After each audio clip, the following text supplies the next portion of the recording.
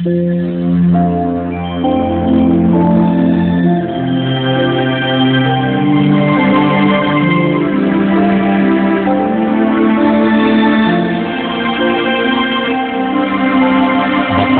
ang bumabasa at ang nangakikinig ng mga salita ng hula at tumutupad ng mga bagay na nangasusulat doon, sapagkat ang panahoy malapit na.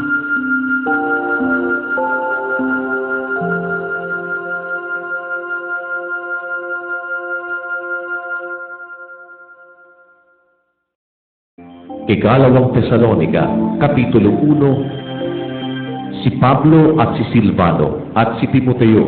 sa iglesia ng mga taga-Tesalonica na nasa Diyos na ating Ama at sa Panginoong Hesukristo. Sumainyo nawa ang biyaya at kapayapaang mula sa Diyos Ama at sa Panginoong Hesukristo. Kami ay nararapat, mga kapatid, na magpasalamat na lagi sa Diyos dahil sa inyo, gaya ng marapat, dahil sa ang inyong pananampalataya ay lumalaking lubha at ang pag-ibig ng bawat isa sa iba't iba sa inyong lahat ay sumasagana. Ano pat kami sa aming sarili ay nangagkakapuri sa inyo sa mga iglesia ng Diyos dahil sa inyong pagtitiis at pananampalataya sa lahat ng mga pag-uusig sa inyo at sa mga kapighati ang inyong tinitiis, na isang tandang hayag ng matuwid na paghuhukom ng Diyos,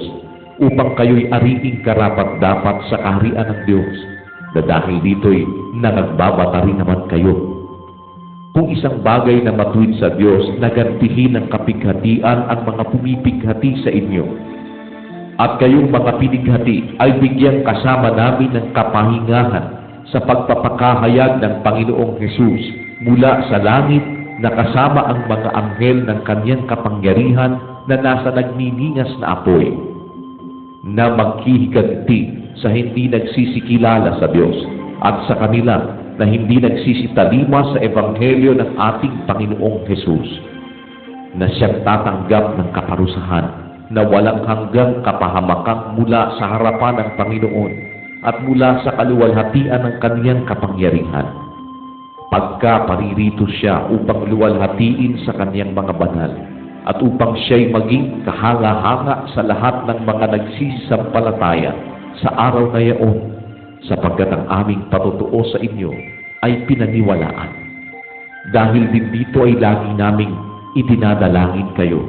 upang kayo'y ariing karapat-dapat ng ating Diyos sa pagkatawag sa inyo,